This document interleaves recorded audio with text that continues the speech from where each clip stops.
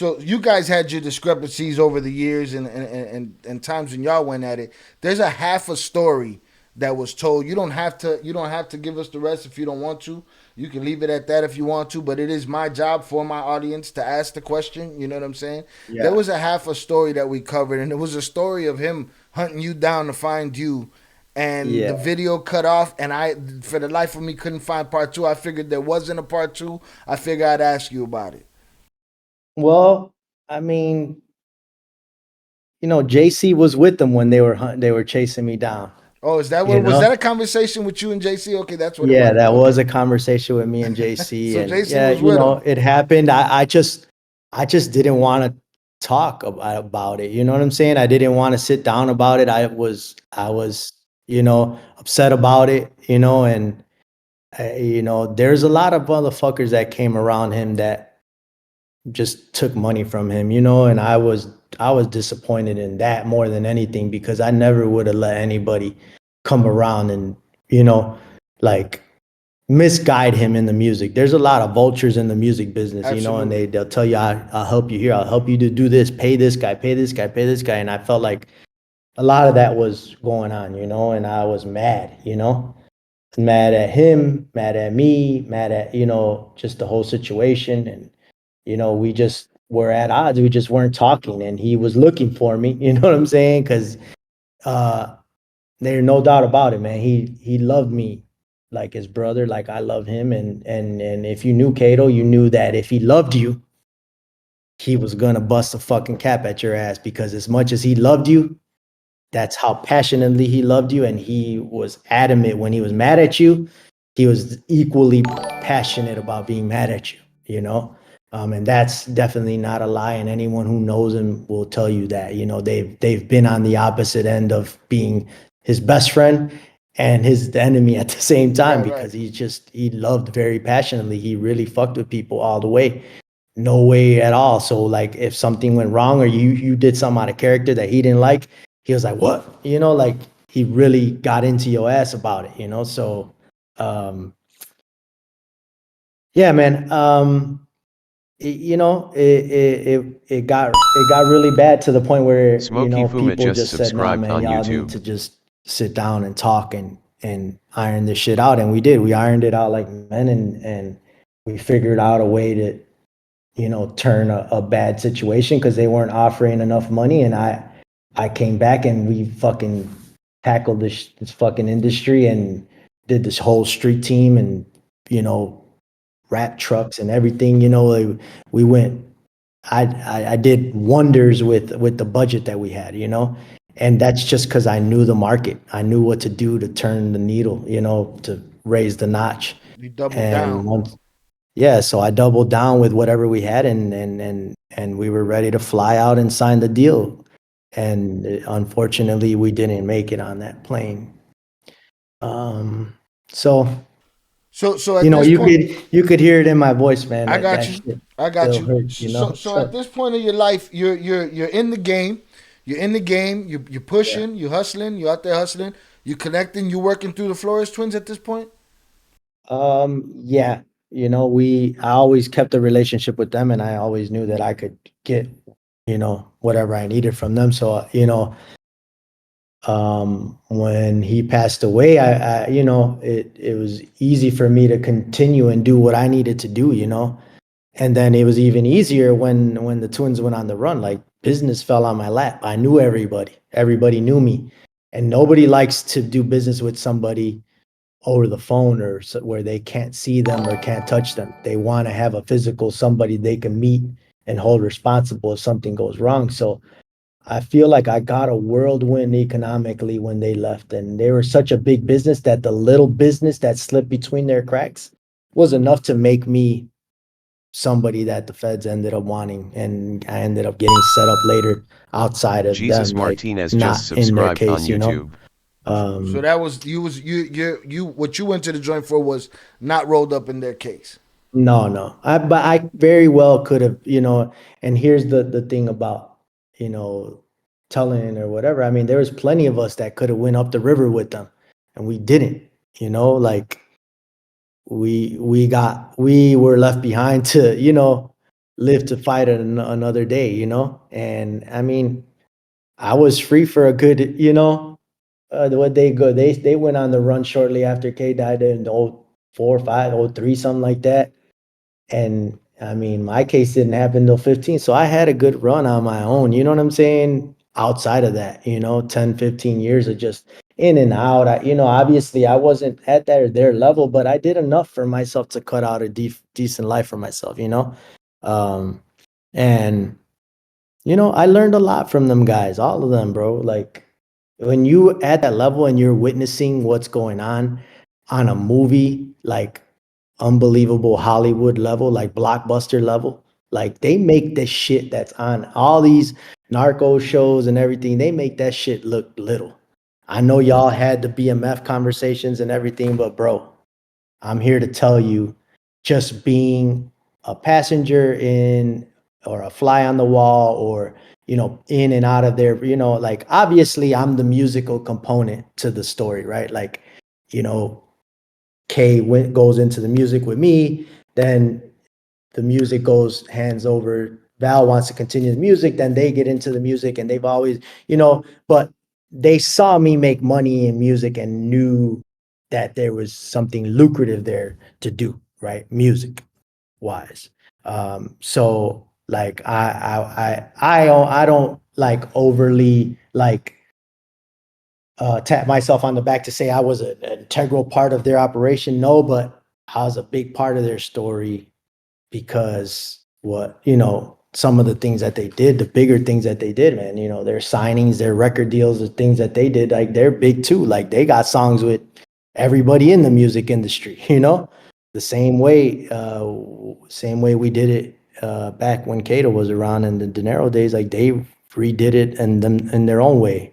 um so you know, shout out to those guys. You know, they're they're good people, man. You know, I like to lead with love and understanding, and like, you know, a lot of these shows sometimes it's like, you know, you're either this or you're that, and I just feel like until you're in the situation, you really can't really have an opinion on something that is not happening to you and your family directly, you know? Um, and that's about, you know, You that's have about any cartel scares in the game?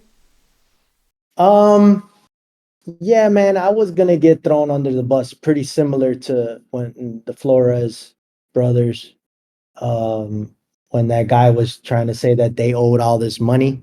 That was happening to me here on the floor. But luckily, the guy was such a piece of shit that he treated everyone around him bad. So his own brother-in-law came and told me, he's like, bro, get away from this guy. I don't care how you do it, but just go. Like he's telling people that you owe them all this money, and he's like, I'm watching you turn in all the money and I know what he's doing with the money. So he was putting it on me and saying I wasn't turning in. And they're like, all right, give us his address. We're going to go pick him up.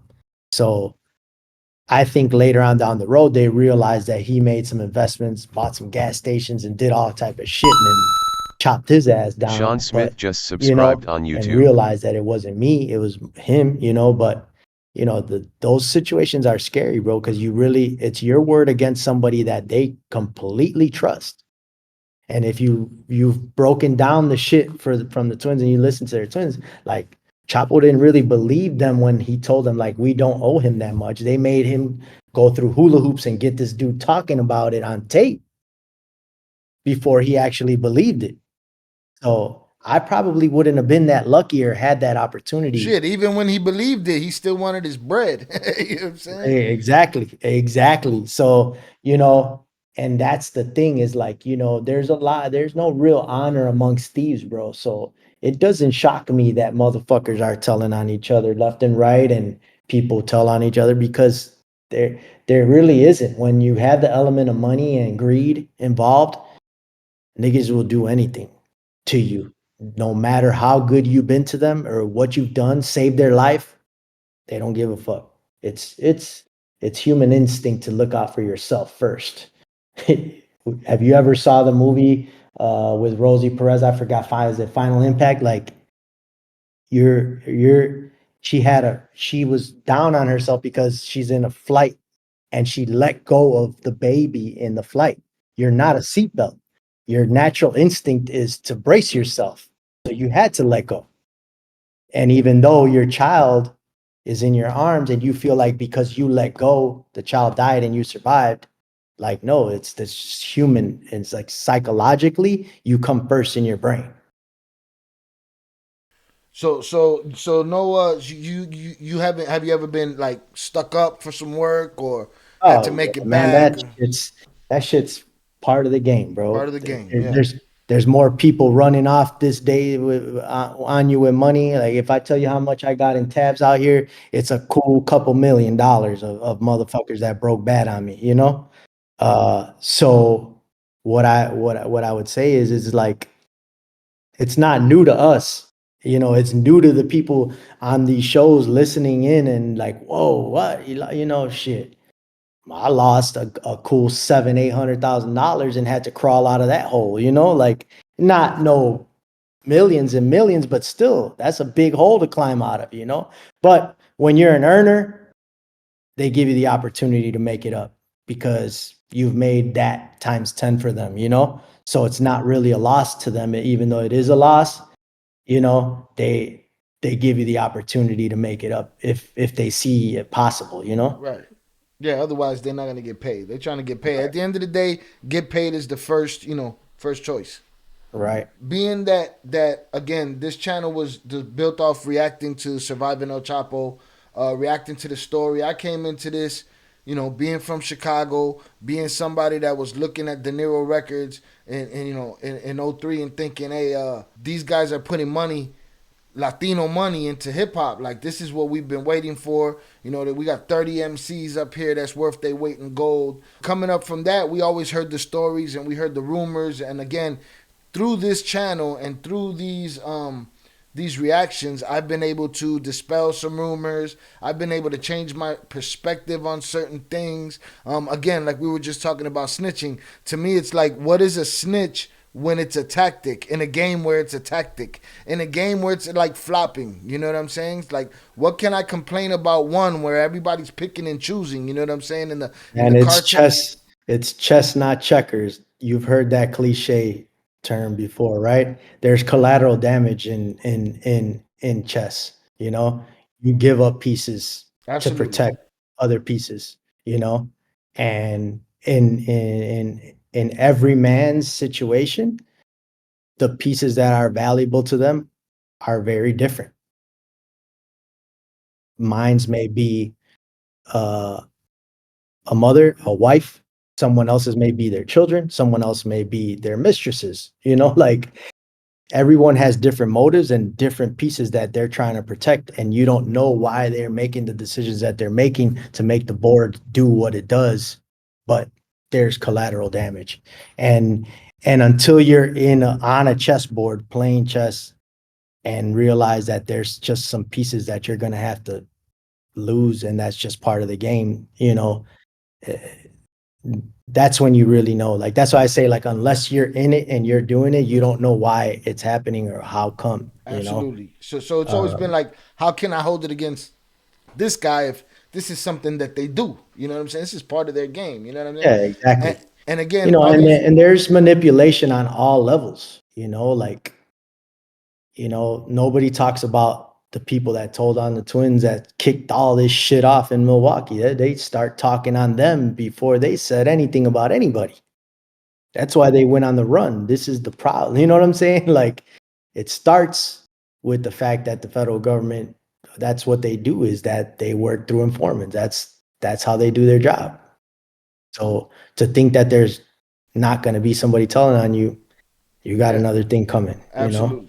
Absolutely. Hear that, commenters? Our thing has always been to break through the rumors. Another story that I tell is I used to hear people come in the chat and tell me, oh, yeah, well, they're defending this, that, and the other. And if they didn't do this to Kay, then why Valerie doesn't let his mom see the kids? And I'm like, damn, Valerie don't let his mom see the kids.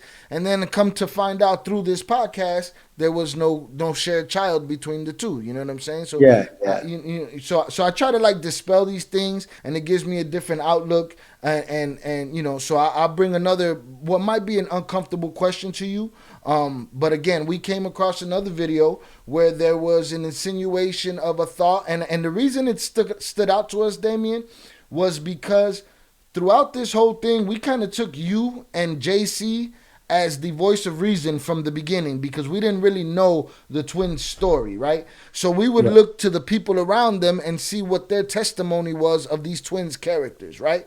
And we would Right. hear stories from JC, and we would hear stories from Damien Cash, and we would hear stories from other people, and it all added up to these guys were good guys. They were decent guys. They helped people out. They weren't the type to do this, weren't the type to do that. You know what I'm saying? And it wasn't until one video, briefly, that you had said something that we had never heard before that kind of added to something that we thought was real. It was a rumor that we knew that or that we ran with. You know what I'm saying?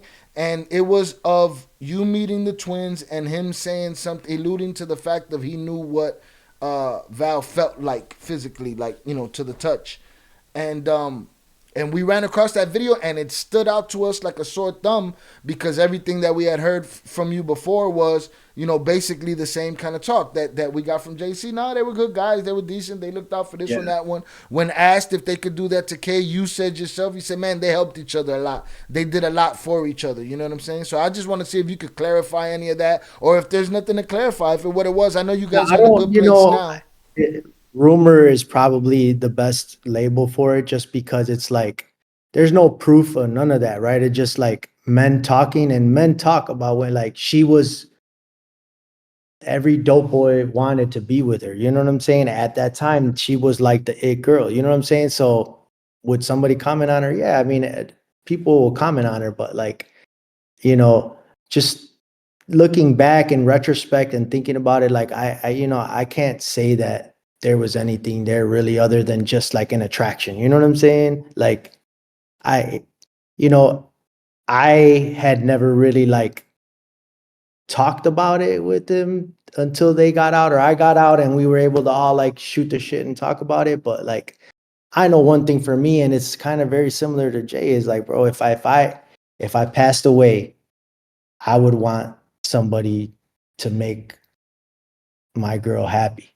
You know what I'm saying? Like, I don't give a fuck who that person is, but whoever it is, just make sure that she's happy. You know what I'm saying? And I think that's probably the most important thing in it all, right?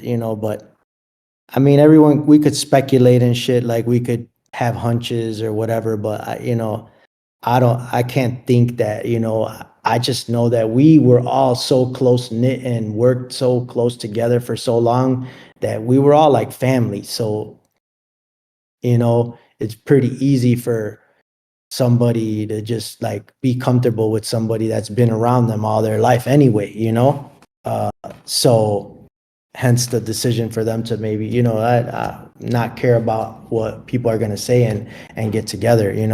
Um, but that's she's like my sister, man. You know what I'm saying? Like I've had to pick her up from work several times. I'm damn near the limo driver whenever this guy is late or can't get to her or can't get to the kids. Like I used to pick her up. You know what I'm saying? So like, I can't really talk bad about any of the situation because I'm so I'm in tight with everyone in the situation, man. I still talk to Prophet to this day, man. That's my brother. That's who I really feel sad about the music that's just not being able to come out is him, because he was like the next big thing coming, out of the city. Oh, we got an ambush. What's that? This nigga just hold on, man. We What up, got guys? How you doing? What up? we got to I sign just this. joined a little bit late. We got to You sign looking good. disclaimers around here and shit in the private chat. You're looking good. Oh, thanks, bro. Hey, no, you know what? I want to jump in. I want to make it real Hold on, hold clear. on. Welcome, welcome, welcome, Jay Flores, everybody.